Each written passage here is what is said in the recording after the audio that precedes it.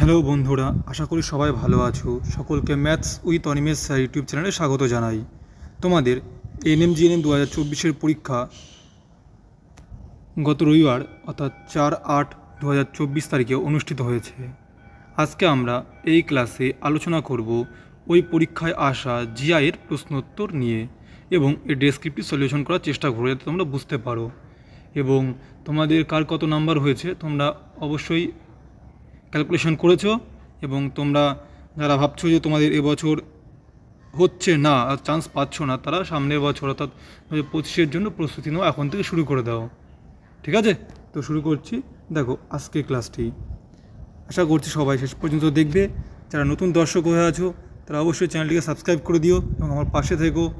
আমি 2025-এর জন্য নতুন সেশন শুরু করব খুব তাড়াতাড়ি এই চ্যানেলে। শুরু করছি আজকের ক্লাসটি।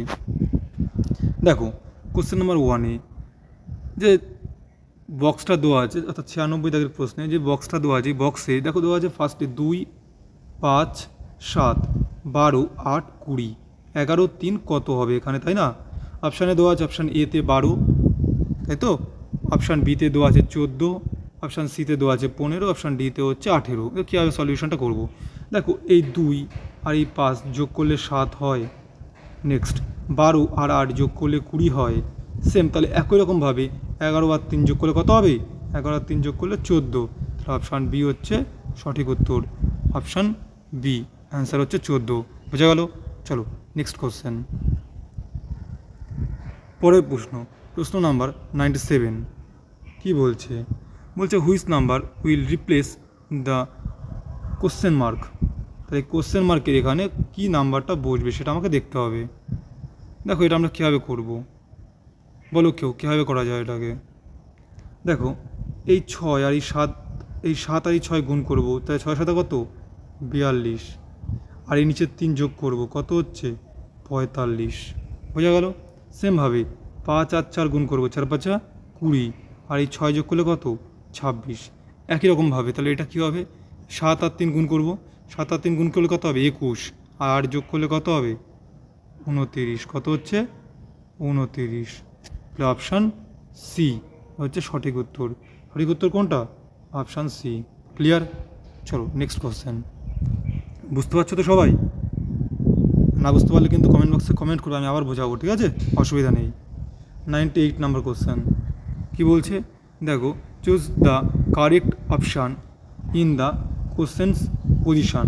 বলছে India Delhi, India is to Delhi, double is to Bangladesh is to কী হবে? দেখো ইন্ডিয়া ইজ টু দিল্লি, ইন্ডিয়ার সঙ্গে দিল্লির সম্পর্ক কী? ইন্ডিয়ার মানে ভারতবর্ষের রাজধানী হচ্ছে দিল্লি। সেম তাহলে বাংলাদেশের রাজধানী কী হবে সেটা এখানে বুঝবে। বাংলাদেশের রাজধানী হচ্ছে ঢাকা, অপশান এতে আছে। তো সঠিক উত্তর কোনটা? Option A. উত্তর কি? ঢাকা। ক্লিয়ার? চলো কোশ্চেন নাম্বার 99 নাম্বার কোশ্চেনে বলছে যে choose the correct option in question mark position. বলছে দেখো 2 স্কোয়ার কত দেওয়া আছে, দেখো এটাকে ভাঙছে আগে। 2 স্কোয়ার প্লাস 1, তাই 2 স্কোয়ার প্লাস 1 আছে। নেক্সট এখানে কত আছে? 3 স্কোয়ার প্লাস 2, 4 স্কোয়ার প্লাস, আমরা ফার্স্ট স্কোয়ার জায়গাটাতে যাই। এখানে 2 আছে, 2 স্কোয়ার, তারপরে 3 স্কোয়ার, তারপরে 4 স্কোয়ার, তারপরে অবশ্যই কী হবে? তারপরে অবশ্যই নিশ্চয়ই 5 স্কোয়ার হবে। ক্লিয়ার? প্লাসের জায়গায় প্লাস বসলো। 1 আছে ফার্স্টে, তারপরে 2, তারপরে 3, তাহলে কী হবে? তারপরে 4 হবে। এবার দেখো এটা কোথায় আছে? এটা আছে অপশান এতে। সঠিক উত্তর কোনটা? Option A. ক্লিয়ার? সঠিক উত্তর কোনটা? Option A. কি? 5 স্কোয়ার প্লাস 4। বোঝা গেল? চলো কোশ্চেন নাম্বার 100 নাম্বার কোশ্চেনে কী বলছে? যে find the odd one out. এর মধ্যে থেকে যেটা আলাদা আছে সেটাকে তোমাকে খুঁজে বের করতে হবে। দেখো অপশান এতে আছে 36, বিতে 64, সিতে 121, ডিতে 13। এটার উত্তর বিভিন্নভাবে বের করা যায়। আমি একটা উপায় বলছি। দেখো 36 মানে আমি বলতে পারি 6 স্কোয়ার, 121 মানে 11 স্কোয়ার, আর 64 মানে 8 স্কোয়ার। কিন্তু 13 কারো স্কোয়ার হয় না। সঠিক উত্তর কোনটা? 13। আলাদা কোনটা? 13। বোঝা গেল? তো এই ছিল তোমাদের এনএমজিএনএম 2024 পরীক্ষার জিআইয়ের 5টা প্রশ্ন। আশা করি সবাই বুঝতে পেরেছো যে কোনটা কোন সঠিক উত্তর। তো যদি ক্লাসটি ভালো লেগে থাকে তাহলে অবশ্যই লাইক করে দিও এবং বন্ধুদের মাঝখানে শেয়ার করে দিও। যারা নতুন বন্ধু হয়ে আছো তারা অবশ্যই চ্যানেলটিকে সাবস্ক্রাইব করে আমার পাশে থেকো। দেখা হবে পরের ক্লাসে। সবাই ভালো থেকো, সুস্থ থেকো। জয় হিন্দ, জয় ভারত।